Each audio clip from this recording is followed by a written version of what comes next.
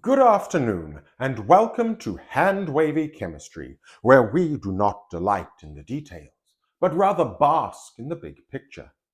Today, I would like to tell you the tragic tale of thalidomide.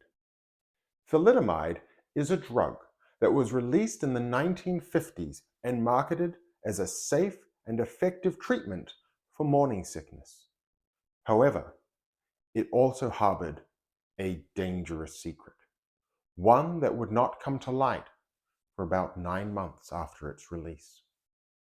Babies started to be born with severe birth defects, such as brain damage and missing limbs. Eventually, it was realized that these birth defects were related to the mother's use of thalidomide during pregnancy. So, how was it that this drug was able to cause such harm with an estimated 10 to 20,000 infants affected? Well, there are two main reasons. The first was drug testing regulation at the time. At the time, the drug's safety had been established only through animal trials. It was believed that the placental barrier would prevent the drug from reaching the developing infant and there wouldn't be any teratogenic effects. Obviously, this was wrong, and reform was needed. The other feature that made thalidomide so dangerous was this carbon here. This carbon is connected to 4 different substituents. It makes it a stereocenter. What I mean by that is that it can have a mirror image that is different. Think about your hands. Your left and right hands are mirror images, but it doesn't matter how you move or rotate them, they will not line up exactly. They will always be a mirror image. The same is true of a carbon atom with 4 different substituents. It doesn't matter how we rotate it or move it around, it will never be able to be superimposed on top of itself.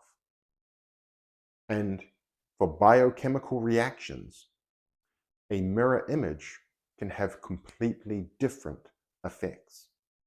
It is the R enantiomer that has the enantiomeric effects that helps to relieve morning sickness, but it is the S enantiomer that is responsible for the birth defects. And the reason why mirror images can have such dramatically different effects is that there is a handedness, a particular orientation to the molecules within your body. Most of us are aware that DNA is a double helix. It spirals, and it spirals in a particular direction. A lot of the molecules within our body also exist as one of 2 pairs of enantiomers, mirror images. There's actually no reason why life couldn't be made the other way, entirely mirrored. But it just so happens that for whatever reason, on Earth, as life was developing, it developed with a particular orientation to its molecules. And this bioselectivity is seen in a wide range of different molecules, even something as simple as glucose. We consume D-glucose. There also exists the mirror image L-glucose. L-glucose tastes exactly the same as D-glucose. However, it provides no calories. It's a mirror image, and our body is unable to use it as a fuel source. The antidepressant escitalopram is also sold as an enantiomerically pure substance.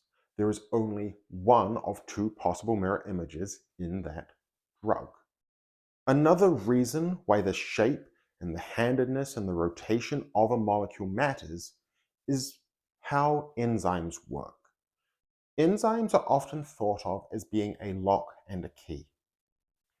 The enzyme structure defines a binding pocket, a place where the chemistry will happen. It is like a lock. And the molecule that goes in and reacts is like the key. If the key fits the lock, the correct reaction occurs. However, if the wrong molecule goes inside, sometimes the wrong reaction will occur, or it's possible that it will get stuck and it will deactivate that enzyme. So the shape of the molecules is important when it comes down to how an enzyme functions.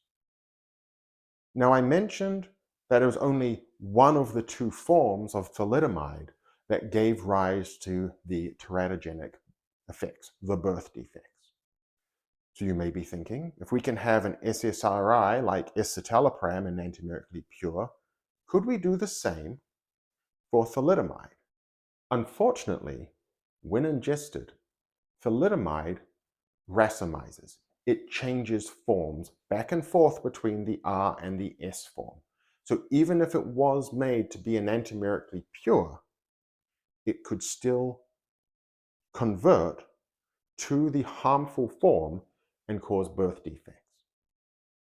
Thalidomide is still used today in the treatment of some cancers.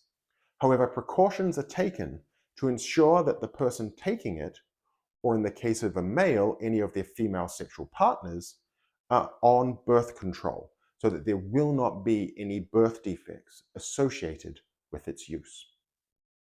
I hope you have enjoyed this video, and if you have, please make sure to like, subscribe, and share it with your friends. And if there's any topic you'd like to see covered in a future video, please make sure to put it down in the comment section. Thank you, and I hope you have a wonderful rest of your day.